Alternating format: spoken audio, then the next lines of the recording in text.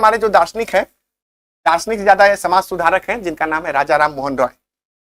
आधुनिक भारत के जनक कहे जाते हैं, भारतीय पुनर्जागरण के अग्रदूत। यानी कि पुनर्जागरण का मतलब होता है कि एक समय ऐसा आता है जब समाज रूढ़िवादिता से ग्रसित हो जाता है, तब कोई व्यक्ति आता है और उस रूढ़िवादी समाज को तोड़ करके, उस अंधकार को तोड़कर एक प्रकाश करने का प्रयास करता है, वही पुनर्जागरण कहलाता है। तो जो 19वीं शताब्दी का पुनर्जागरण था, उसकी शुरुआत मानी जाती है तो राजा राम मोहन रॉय से मानी जाती है। तो शुरुआत में समाज सुधारक की एक श्रेणी, एक श्रृंखला बनती चली गई। पहले आए राजा राम मोहन रॉय, फिर आप पाएंगे कि उसके बाद स्वामी दयानंद सरस्वती आते हैं, ईश्वरचंद्र विद्यासागर आते हैं, रामकृष्ण परमहंस आते हैं, विवेकानंद आते हैं, और बहुत सारे समाज सुधारकों की एक झड़ी लग जाती है, लेकिन उसके अग्रदूत कहे जाते हैं तो राजा राम मोहन रॉय कहे जाते हैं। चलिए आगे बढ़ते हैं। उनके धार्मिक विचार क्या थे? तो जो उनके धार्मिक विचार थे वो उपनिषदों से प्रभावित थे। उन्होंने एक ईश्वरवाद को लिया, धार्मिक कर्मकांड का विरोध किया, मूर्ति पूजा का विरोध किया और सार्वभौमिक धर्म की बात कही। चलिए आगे बढ़ते हैं। शिक्षा पर विचार। तो राजा राम मोहन रॉय का मानना था कि शिक्षा पाश्चात्य दर्शन पर भी आधारित होनी चाहिए, क्योंकि साइंटिफिक टेम्परामेंट, जिसको हम लोग वैज्ञानिक दृष्टिकोण कहते हैं, वह पश्चिम की शिक्षा से ही आ सकता है और हमारे में बुद्धिवाद का विकास होगा। जब बुद्धिवाद का विकास होगा तो हम रूढ़िवादिताओं को तोड़ पाएंगे। तो राजा राम मोहन राय का जो फोकस था वो ये था कि पाश्चात्य शिक्षा का मिश्रण होना चाहिए, गणित, रसायन शास्त्र, शरीर विज्ञान आदि का भी समावेश होना चाहिए, ताकि वैज्ञानिक दृष्टिकोण को हम विकसित कर पाएं और हमें बुद्धिवाद आए। चलिए आगे बढ़ते हैं। सुधारक के रूप में तो जाति व्यवस्था का उन्होंने विरोध किया कि ये जाति व्यवस्था हमको रूढ़िवादी प्रवृत्ति बनाती है।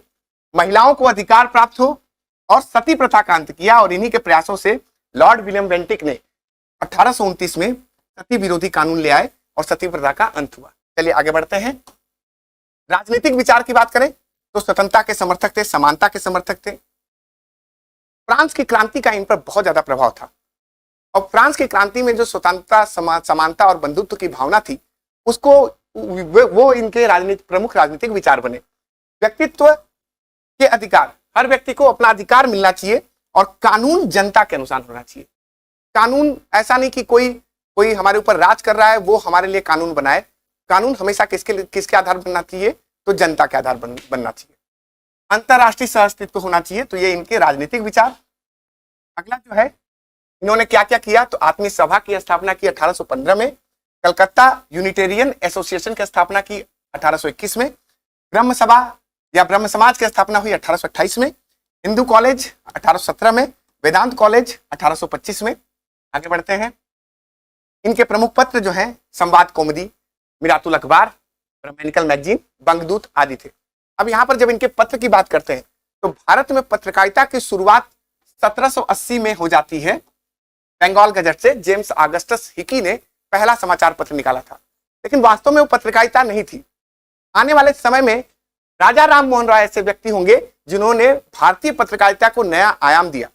उनका पत्र संवाद कौमुदी सामाजिक मुद्दों को उठाता था, इसलिए कई बार इनको भारतीय पत्रकारिता का जनक भी कहा जाता है कि इन्होंने अपनी पत्रकारिता के बल पर बहुत सारे सामाजिक मुद्दों को उठाया। तो आगे बढ़ते हैं हम। आर्थिक सुधार में वो चाहते थे कि न्यूनतम कर हो, कर जो लगे वो न्यूनतम हो। प्रशासनिक सुधार में वो भारतीयकरण की बात करते हैं। न्यायपालिका और कार्यपालिका को अलग करने की बात करते हैं। उस समय आपको पता होगा कि एक और विचारक हुए थे फ्रांस में, जिनका नाम था मॉन्टेस्क्यू।